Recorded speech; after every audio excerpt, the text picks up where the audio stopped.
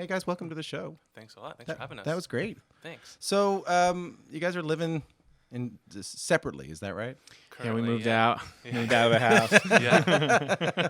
Where are you living these days, Brian? I moved to a town called Canning, and that's in Nova Scotia. Oh, right on. Where around? It's in the valley, close to Wolfville, close to Campville. What inspired that move? You want to get out of the city? Good grief, I don't know. Yeah, I kind of had to leave Toronto. It's been a long time. Yeah. And during the time that I spent in Toronto, I did get away for a couple of years, which I really enjoyed. It's nice to go different places. And I'm originally from Nova Scotia, so I think the time came. My wife and I have a daughter, and just realizing the limitations of like, oh, I would like to have a room I can play music in, and I would like my daughter to have a room that she can sleep in, and we're not all in the same space, like tripping over each other. So that was part of it, just wanting some space. It's the dream. Hey, I'm very jealous of you in some ways. Yeah, that's what I'm gathering from everyone I talk to. Everyone's like, you did it. Because we all say we're going to do it. Oh, man. And If no one does it. anyone out east listening to this right now is just mad at me right now. They're like, shut up. No, they're much madder at me for lying and saying I'm going back. But Graham, you're still here, right? I am. I'm holding on. But yeah, I love it here, obviously. But it does kind of like you get worried a little bit about being an artist in Toronto and like living here, and it's getting tricky. Yeah, it's harder and harder for artists to make a living here. And Find space. Like, literally finding a space to do what you want to do. Especially musicians who are like the lowest on the rung of artists, it seems. Yeah, us and jugglers. Yeah. Typically near the bottom. We combine them together. I was gonna say. Yeah, and then you're juggalos. Yeah. I don't know. Yeah, or, and then- or you're from Quebec. You guys have a secret alter ego as the Insane Clown Posse. Yeah, I had no idea. But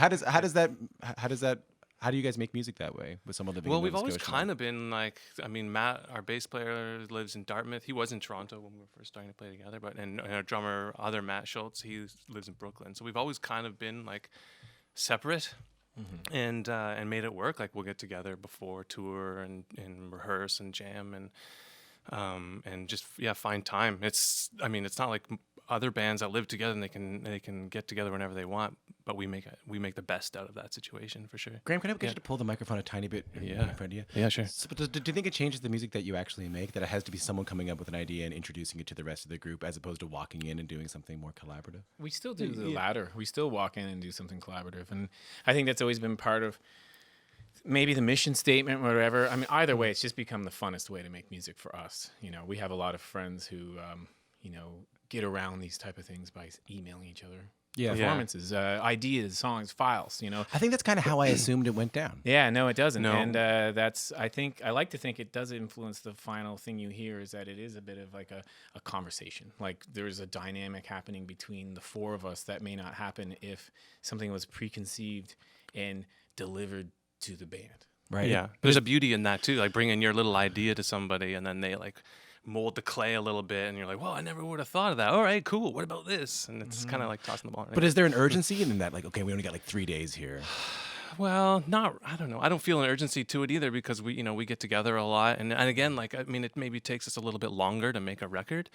But again, that gives you like a time to kind of like sit with ideas and we'll make the best out of what we can in that time. And then maybe we'll play it live for a bit and then come back to it. So that kind of eases the urgency. Brian, I'm happy you said the word mission statement a little while ago because this has been on my mind a lot. Like when you guys first came out, I was really into your band and I thought a lot about it, right? And I thought about how you were making electronic music using, I don't want to say analog instruments, but non like traditional electronic instrument making utilities. You weren't using a lot of computers. You used a lot of like stuff you'd find at garage sales and stuff like that.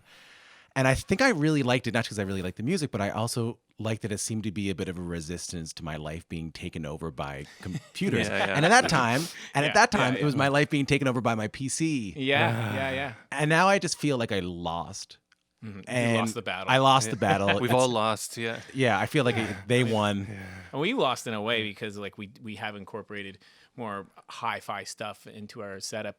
But, going back to that, era of which you speak, maybe some of the things we were worried about losing were some of the idiosyncrasies. I mean, maybe we weren't so worried about like, the surveillance and big data and all these things that we're talking about now with where we are with the internet and computers and AI. I mean, at least at the time, 15 years ago, part of it was just like, I kind of miss being crappy.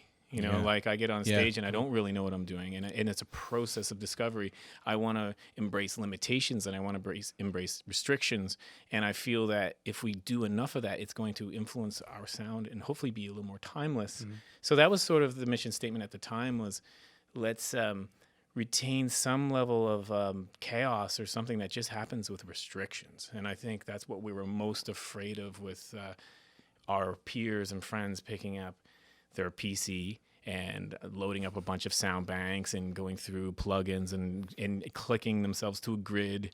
There was this kind of thing like, well, that's fine, but let's see what happens if we don't do it. And I don't even know if the intention was to make electronic music. I think it was like, let's have some form of experimentation. And in the end, it was droney. It was kind of had a mantra kind of feel to it. So I guess it became electronic music. Has that changed since now? Like, does it feel different now? Well, all those old things broke. Yeah. Well, it's like you've like, the thing is we've introduced. Yeah, exactly. They all broke. But so then you do introduce a little bit of technology into it, but because we started that way, and kind of honed this language and this way of making sounds, that you can bring in a high-tech tool, but restrict yourself with how you use it. And then we have like pedals and guitar pedals and junk on stage still that we're using in conjunction with that to make music. Yeah, because the high-tech tools these days are all set up. Everything's to a grid, and you can lock in your delay times perfectly, and everything is designed to make things easy and perfect. But it's good to like mess things up. And again, I know it's my job as a CBC radio host to overthink everything, but when I've been thinking about this new record, that's just exactly what's been on my mind, is that I'm trying to find a way to use my phone and still also be a normal human and interact with people. And similarly, it seems like this is a way to use the tools of electronic music, or the tools, the more high-tech tools, and still make human music. Yeah, it's like we've kind of completed our training in a weird way. Our origin story, kind of going back to when we started, is a little bit of like that, and restricting ourselves. But in a way, we've kind of outgrown those things where we're not being dogmatic about it. But in a way, it kind of did teach us. It taught us to do exactly what you're saying. Hopefully, it's taught us to, okay, we're still going to obviously use our phones, and we're still going to finish our records sitting on a computer with a hard drive full of files. But we've hopefully develop some kind of language that is unique to us, because we spent a long time on it. We spent years doing this, and hopefully we've gotten there now where we don't have to think about the process so much. It just becomes an aid. Yeah, the tools become invisible, and then you just focus on your ideas. I know how many bands do I watch in that exact studio, and I'm not going to say any names, but I would just, they would kind of just stand up and press a button, kind of.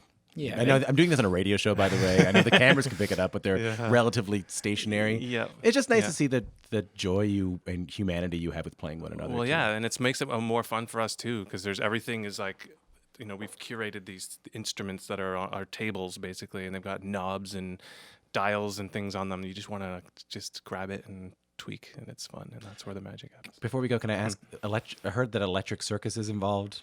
Yes, we somehow in this thing. We will be doing a national tour sponsored by Electric Circus. You should see Brian's outfit; it's really amazing. You're going to be doing much music video dances all across the country. It's going to be great. Yeah, I mean, Rick the Temp is in the band now. Oh yeah, that'd be great. Master P, what's his name? Master T. Master T. Yeah, he's coming back. No, I think that reference in the last song that we played, we all kind of came at it maybe from a different angle, but one of the things that maybe was unifying for the four of us was this idea of an era. Like, we heard it and we're like, well, what if we do this kind of era of, not that we're doing it overtly, but aesthetically, maybe we're mining little bits of things from an era that, to the Canadians in the band, you couldn't help avoid. It was much music's extended dance mix compilations, and it was Electric Circus. It kind of defines an era for different people in different countries. They would have their version of that, but the 90s dance music for sure.